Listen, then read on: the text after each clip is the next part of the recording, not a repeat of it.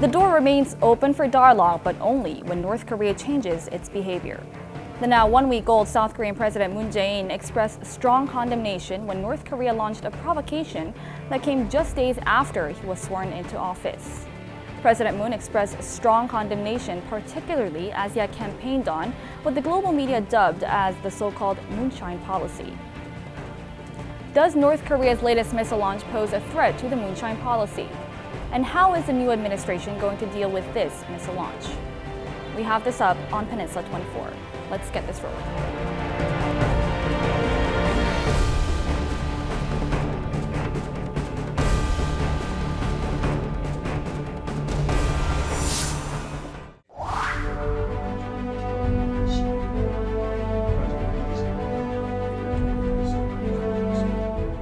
한미 동맹을 중시하면서 국제적인 공조를 통해서 북한을 강도 높게 압박하고 북한을 핵 폐기를 위한 협상 테이블로 이끌어 내겠습니다.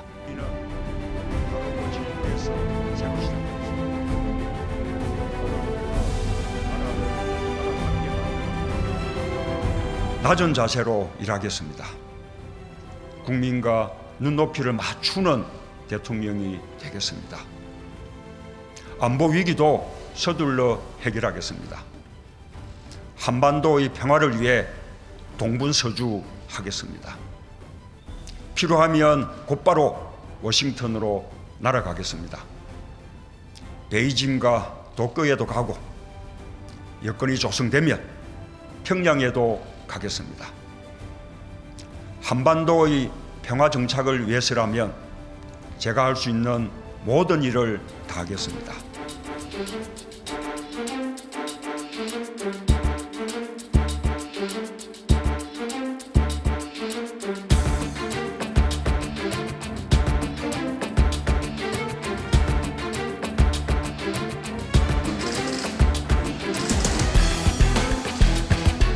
북한과의 대화 가능성을 열어두고 있지만 북한이 오판하지 않도록 도발에 대해서는 단호하게 대응해야 한다.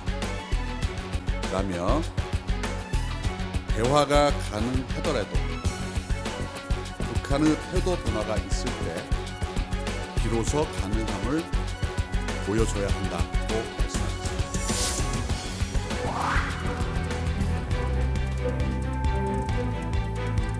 So what exactly is the so-called moonshine policy, and what does the North's latest ballistic missile launch mean for President Moon Jae-in's North Korea policy? And welcome, we have a wonderful panel in the studio with me. To my left, Jean Lee, Global Fellow at Woodrow Wilson International Center for Scholars. Jean, nice to meet you.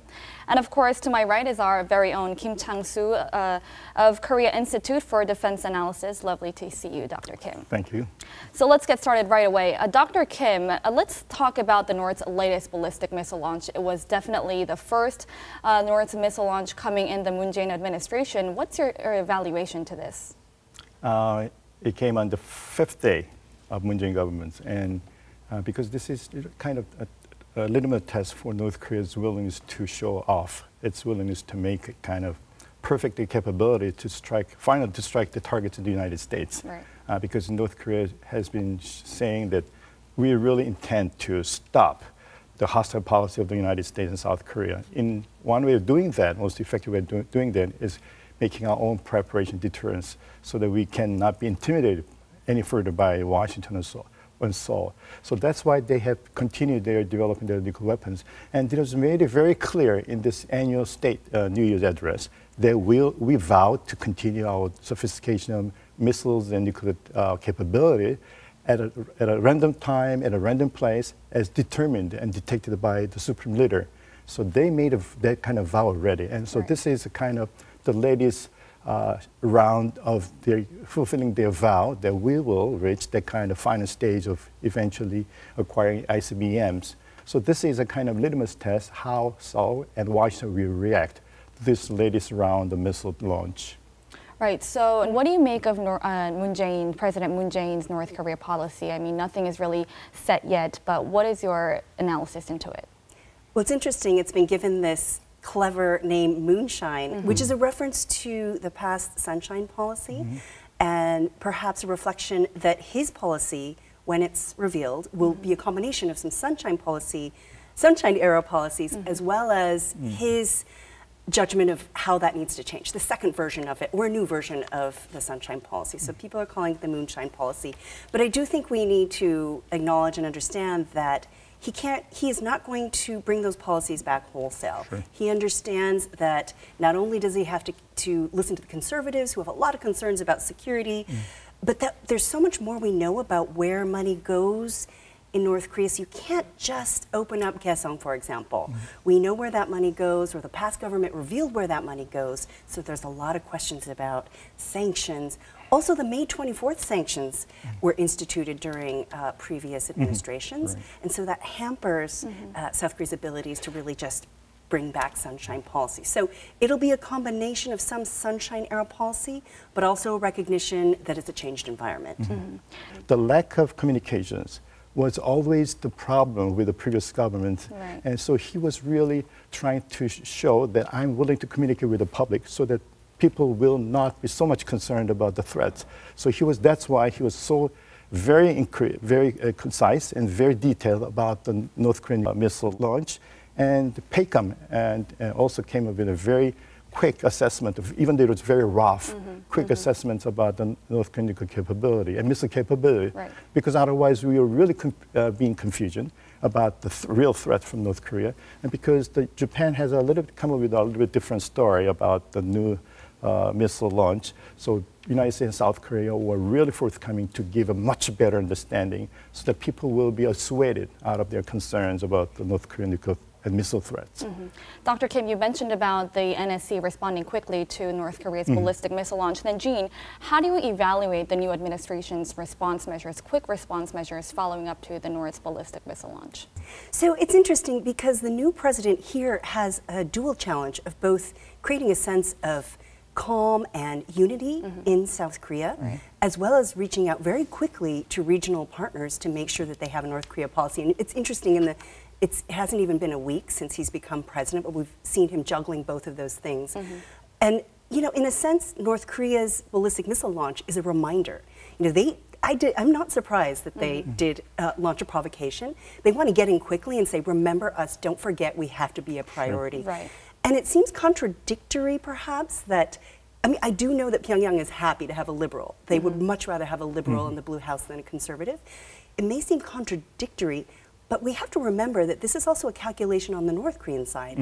They know that the more advanced their program is, the more leverage they have in any future negotiations. So they're going to push it as far as they can, get their nuclear program as far as they can before they all sit down at any negotiating table. So it's in line of their brinkmanship policy of pushing further in order to get more from the U.S. and South Korea. That's so this is a part of raising ante. Is what called the raising ante before coming to the negotiating table with the United States. Sure, definitely. So definitely, if we look at the past administrations, North Korea has always tested its ballistic missile launches in the previous, in the beginning of the administration. So it's part of their deal in bringing out deals and perhaps negotiations with Washington and South Korea. They want to create a sense of urgency. They want to make sure that they're high on the agenda, both in South Korea as well as in the U.S. And they want to make sure that they're getting the attention that they need to be a priority for both these administrations. So it's a very interesting tactic. I must say, though, that one thing we have to keep in mind is that this is also to show that they remain undeterred in their determination to build this intercontinental ballistic missile.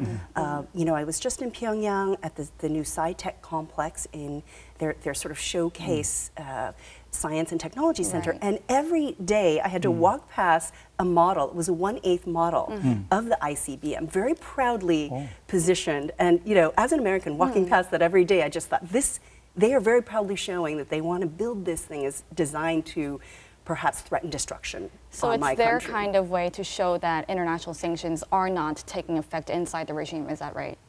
I think they have a couple different imperatives. They not only want to use this as a negotiating tool, but they also want to build a sense of pride at home. Right. And this is something that by showing it and putting it on display at their most sort of showcase complex right now, they're showing their own people, all the students who come in, that this is a priority. So we have to keep that in mind as well, how much of a part of their own identity and their own sense of pride it is, this program. And that shows us perhaps how hard it will be for them to give it up. So it's quite clear that North Korea wants to be acknowledged as a nuclear state, and President Trump in Washington said he would be honored to talk with Kim Jong-un in North Korea under the right circumstances. So what exactly does these right circumstances mean? So we've had the leader of the U.S. as well as a high-ranking foreign ministry official in North Korea also use similar language, and of course the president of South Korea. But I think the key point is what those conditions are. Can they all agree on what those conditions are for a summit? Because often on the U.S. side, it's been denuclearization, right? And North Korea says that is not an option for a precondition. So it'll be interesting to see if they can even come to an agreement on what those preconditions are so that they can sit down. Depending on what's going to happen from today until the meeting, the scheduled meeting, because there will be a lot of accidents, surprises, and new developments. So that will have some impacts on the so-called right circumstances. But by the time we reach that kind of point in time, United States and Seoul will come to a kind of negotiation and a compromise what this right conditions mean for both of us, and what are the implications. Why do we have this kind of meetings at this particular time? What kind of impacts it will have both on our security, United States, South Korea. So after discussing and coming to a conclusion about the long-term, maybe even short-term, rationality of this kind of meeting, and also long-term rationality, then we'll come up. In principle, we support any talks between North and South Korea, between the United States and North Korea. We have no objection to that kind of meetings. All talks are good, even though it may turn out to be a kind of just wrong talks. But anyway, in principle, we welcome any talks between Washington and Pyongyang.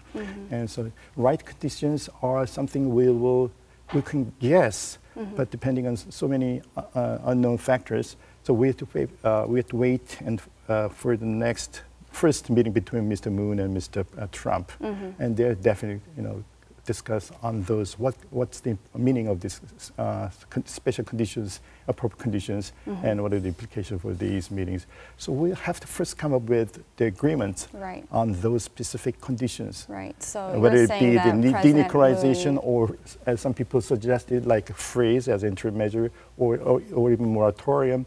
So there are so many things on our agenda. And I think that's a good point. They have to get on the same page first. The language might be a little vague right now because they haven't actually met. Exactly. And they haven't, it's been, we have gone through the first 100 days of Trump's administration without a South Korean president in place. So now is the time for the new president to get in there and really make sure that South Korea's interests are reflected in the U.S. policy on North Korea. So this is what we're watching now. We've got a high-profile U.S. delegation here to discuss the terms of, or the details of a summit. And they'll want to get on the same page and try to smooth out some of the differences that they have, and then try to come up with a sort of cohesive policy that takes into account both South Korean and U.S. interests. We are planning to send a special envoy to the United States, as well as the 3 other countries, and also including the European Union. Okay. So we're going to test the airs in Washington, for example, how ripe for this kind of situation, for resumption of talks with North Korea. So these are the missions responsible for our news assigned special envoys to the 4 countries and also the EU. And I want to touch upon President Moon Jae-in's not yet in place foreign policy and security team. He hasn't named a foreign minister or a unification ministry yet. And definitely this is important because North Korea is definitely his top priority. How quickly should we be seeing the nomination process?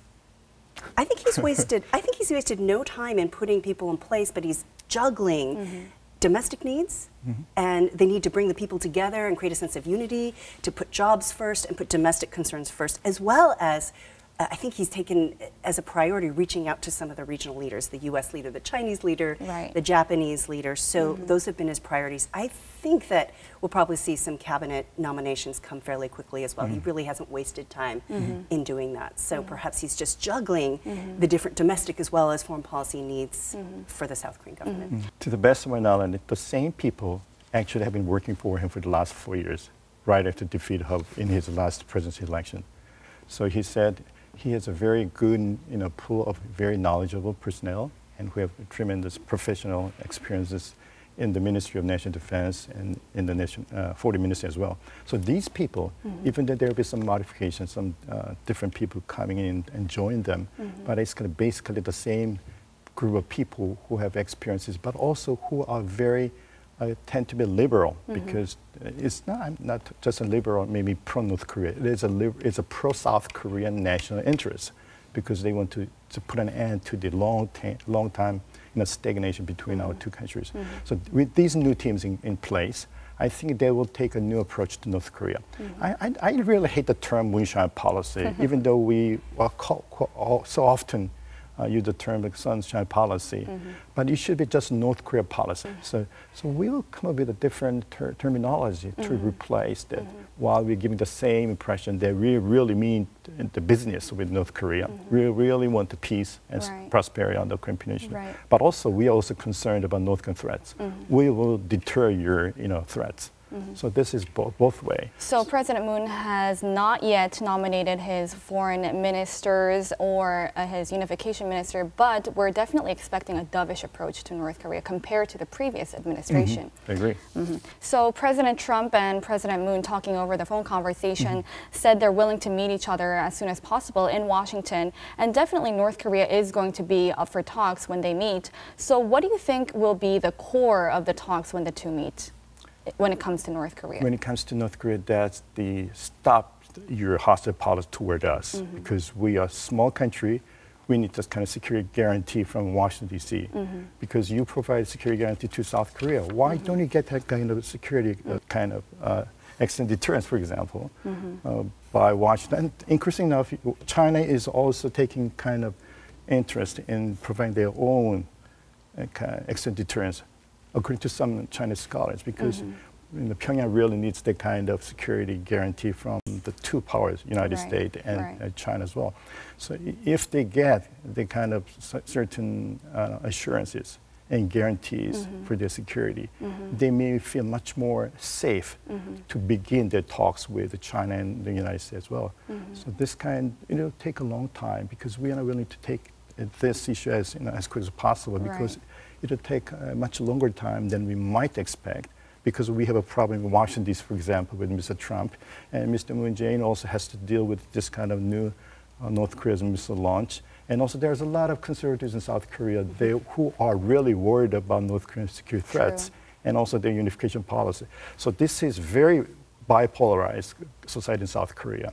People, both liberal and conservative, they have very different views about the Kim Jong-un regime, for example, and how we're going to deal with him, particularly increasing tensions on the peninsula. So Mr. Moon, President Moon said, I'm going to unite the South Korean people. So he will listen to both the people on the right wing and also left wing, liberals and conservatives, and both in the moderates, sure, of course. So it'll take a long time, but actually it can give a much more leverage, rather than making a quick response or invitation to Kim Jong-un and then in a great haste responding to him and just speaking, talking. But with good preparation, we can come up with a much better results out of that meeting.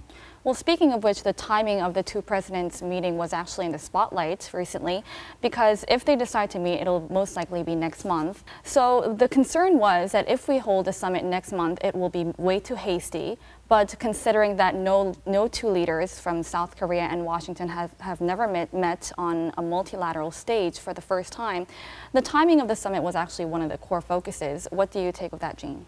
I suspect they'll want to hold it sooner rather than later, because this has clearly been a priority for the Trump administration.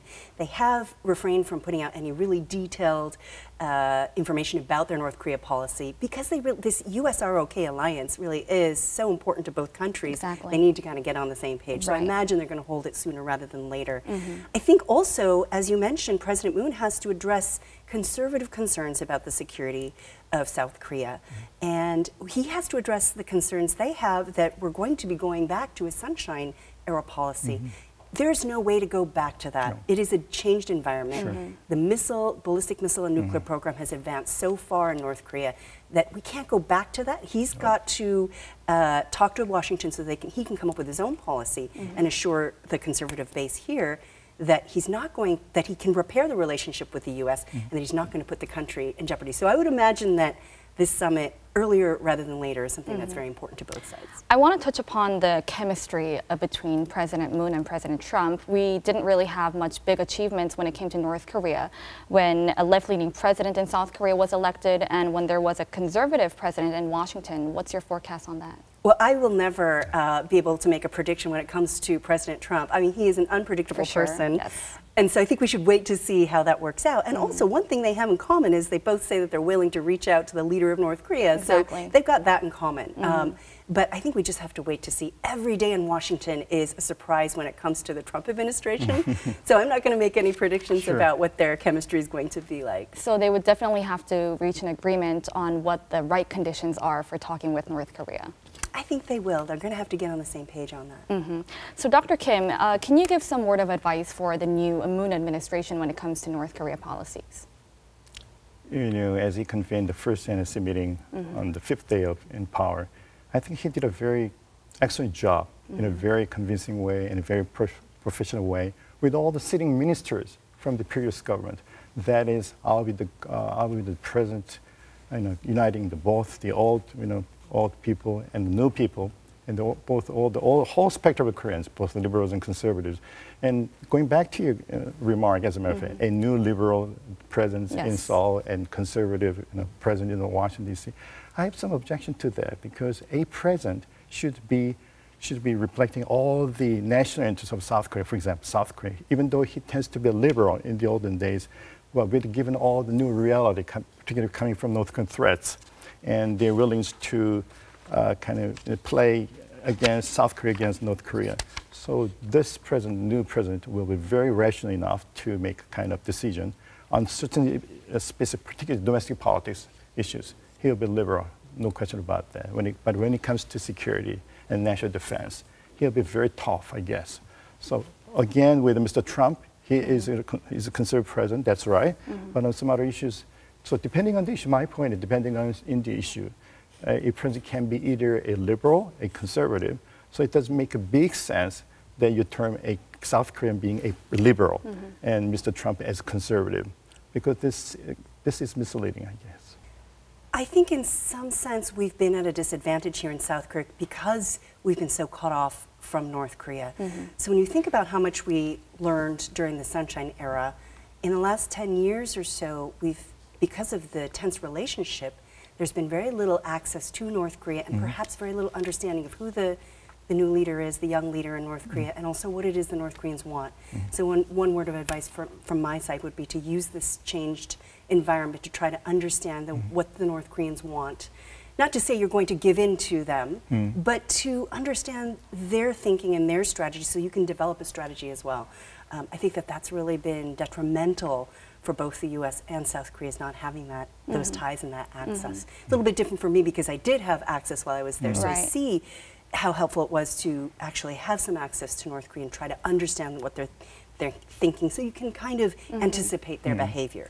So, and also I think that hopefully, and I do trust that the new administration will take into account past, I don't want to call them mistakes, but past experiences. Lessons learned. Lessons learned, both from the Sunshine Era as well as the era of strategic patience and the policy of hardline approach to North Korea, and take all of that into consideration and build from that. Right. So it's definitely going to be a huge test for President Moon in the coming weeks and months when it comes to dealing with North Korea. No question about that, sure.